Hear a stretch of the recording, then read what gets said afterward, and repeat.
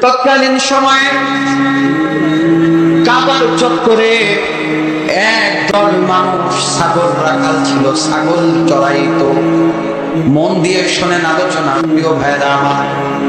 ছাগল চড়াইতো, ছাগল চড়াইতে চড়াইতে একজন মানুষ ছাগল চড়াইতে গিয়ে অনেক পিছনে পড়ে গিয়েছে। আম্মা কান খুলে শুনে নেন, সমস্ত ছাগল পাল চলে গিয়েছে, মানুষেরা চলে গিয়েছে। সন্ধ্যার মুহূর্তে একজন পিছনে পড়ে গিয়েছে। রাখাল দ্রুত গতিতে ছাগল নিয়ে বাড়ির দিকে যখন যায়, ঘটনার ভিতরে এসেছে ছাগলের পা ওই বালুর ভিতরে লেগে বালু থেকে একটি স্বর্ণের চেনের কোনা বের হয়ে যায়। কি বের হয়ে যায়? স্বর্ণের চেনের কোনা বের হয়ে যায়। রাখাল আস্তে আস্তে বালুগুলো সরিয়ে যত্ন সহকারে স্বর্ণের চেনটাকে সুন্দর করে, চিকন সরু চেন, সুন্দর করে বালুগুলো ঝেড়েছে। ঝাড়ার পরে হাতে নিয়েছে, নেওয়ার পরে দেখে এটা অরিজিনাল গোল্ডের চেন, সোনার চেন। হঠাৎ করে দেখবেন মানুষের নফস আছে, একটা ভালো কথা বলে আর একটা খারাপ বুদ্ধি দেয়, আছে না নাই? খারাপটা বলছে তুমি যে কত দরিদ্র মানুষ, তুমি অভাবী, মানুষের খেতে কাজ করো, মানুষের ছাগলগুলো চড়াও। ও মা কান খুলে শুনে নেন, ও বোন কান খুলে শুনে নাও। রাখাল বলছে মনে মনে, এই স্বর্ণ যদি মদিনার বাজারে বিক্রি করি, বিক্রি করলে যে টাকা হবে এইটা দিয়ে আমি রাতারাতি ধনী বনে যেতে পারবো, আমার আর ছাগল চড়ানো লাগবে না, আমি নিজে ছোট্ট করে একটি খামার দিতে পারবো। কথা বলেন ঠিক কিনা?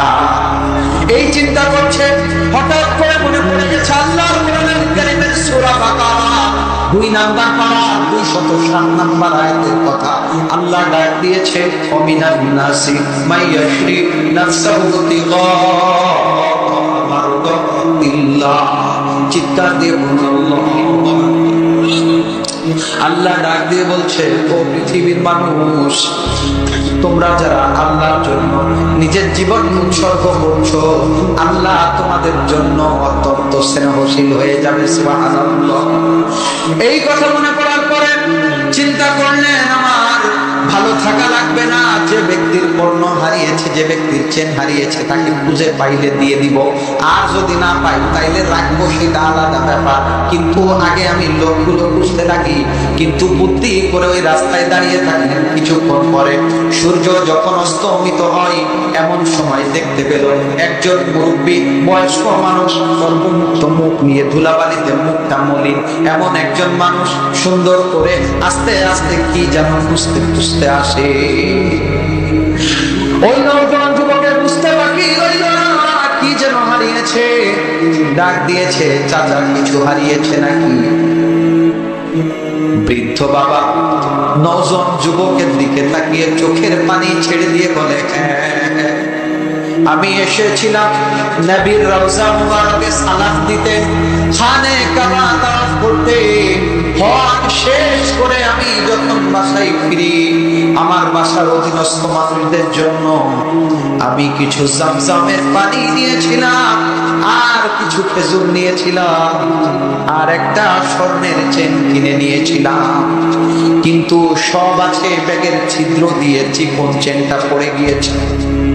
নওজোয়ান যুবক আল্লাহর শুকরিয়া আদায় করে বলছে, আলহামদুলিল্লাহ, হয়তোবা প্রাপ্য মালিক পেয়ে গিয়েছি, আমি আমানত থেকে নিজেকে মুক্ত করে দিতে পারবো। সুবহানাল্লাহ।